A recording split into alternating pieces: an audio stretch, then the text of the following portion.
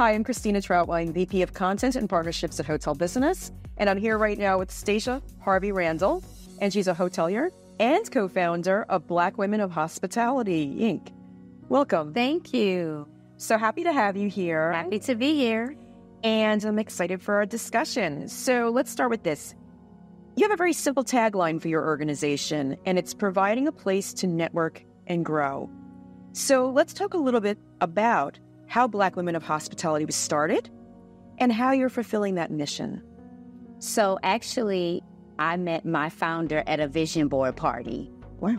Okay. Yeah, everybody's like, oh, really? I'm like, yes. And, there were so many different ladies in the room. It was over 150 people. They all were selling products, whether it was hair care, skin care. They were also offering photography services. And me and her were the only women in the room that were hoteliers. Mm-hmm. So when we were taking pictures, we were like, what do you want your vision to be? And I was like, I don't know. And she was like, let's do something together, because we had just started sharing stories about where are the women that look like us in the hotel industry. And we started talking about some of the challenges that they have. And we have made it to our goals. And we were at a place where we felt like, so what are we going to do for these women? Mm-hmm. So we decided that we wanted to start a network. Mm-hmm. And we decided to get some social media pages going and just, name it Black Women of Hospitality. Mm-hmm. And this was all done via text, because after she left, she went back to Florida. I went back to my home in Atlanta, and we just text each other constantly. The next thing you know, we had a lot of women just joining the group saying, what is this about? We want to know. And we had to quickly come up with a plan. And we said we're going to stick to 3 core values. We want to unite, educate, and inspire. And then it was born. All great values. How many people are in the organization or the network? Right now, we have about 650. Wow. And that's on LinkedIn, Facebook, as well as Instagram. And we have over 1,300 following us on TikTok. So that really proves your concept very fast. Very quickly. This is something that is needed and wanted. Yes. Good for you. Okay, so I'm sure that sharing best practices and finding and creating solutions are integral to helping others find and grow their career path. So can you share maybe some best practices or some of the solutions that you've helped these women come up with? So we've had women in the group that last year were unemployed. Okay. And like I said, this is all about uniting.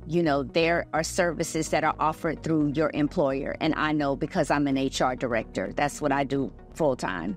But sometimes people need outside resources.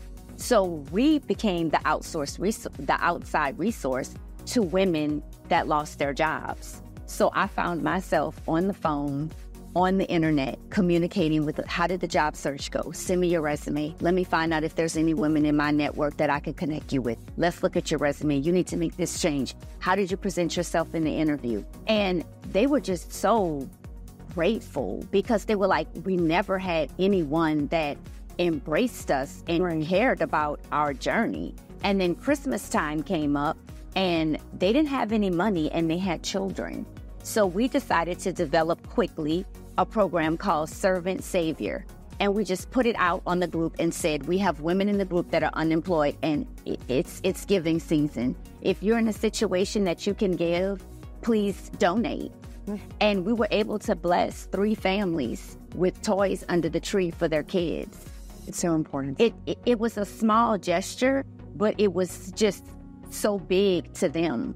So not only from the financial piece, but from the mental state piece as well, I was able to help them find mental help, to help them cope with, you're not getting your job right now, but it's coming. Be patient. There are other things that I can distract you to get away from no one calling you that particular day. Let's work on some soft skills, follow-ups with your emails.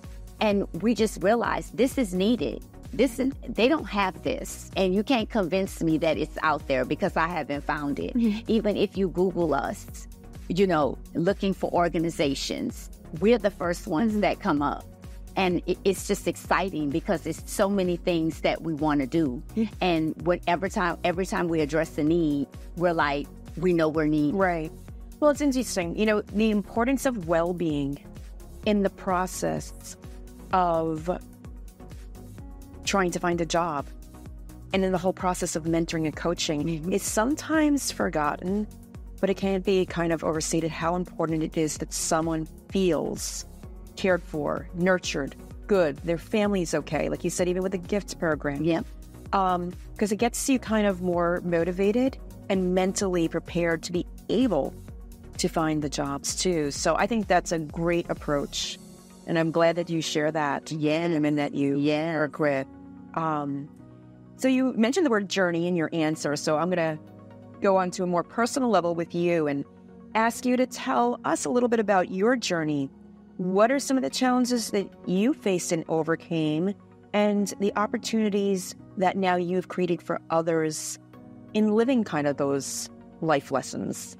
So I started off my career as a front desk agent. So I've worked my way all the way up to an HR director. So of course there were definitely barriers. The first one was lack of education. I was told that I could not even set foot into human resources until I had a degree. And at that time, I was 4 classes away from it. Wow. And that was just, it was so detrimental to me. I was so upset. And I was like, at the end of the day, I can't be upset with anybody but myself. I have to, let it go. That wasn't the time. And I went back to school and I obtained my degree. And then it wasn't easy after that. I'm thinking, I graduated. Now I'm going to go apply for an HR position. And then every time I applied, the HR director was like, you're great, but would you like to be a front office supervisor? Would you like to be an assistant front office manager? And I'm like, no, I'm trying to leave the operations side and go into human resources.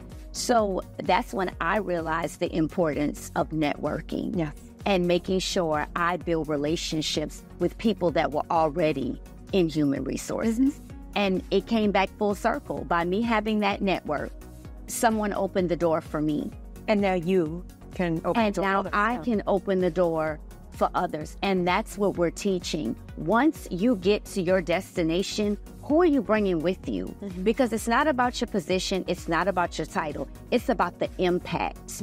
And if all of these women have the same concept, our network will grow. More people will want to leave other industries and come into hospitality because they'll see that we have a real sisterhood. Absolutely. And there are real opportunities in hospitality. Like you just said, the amount of stories we always hear about someone who's a front desk agent and they've gone on to something else within the hospitality industry in their career. I mean, it's a story that is told many times in this industry. But like you said, if you don't even know the opportunity exists or don't know you can reach that opportunity, it's very hard to do that. And it just benefits the whole industry. So I think that's, it's wonderful that you're sharing that story and that you're taking people with you.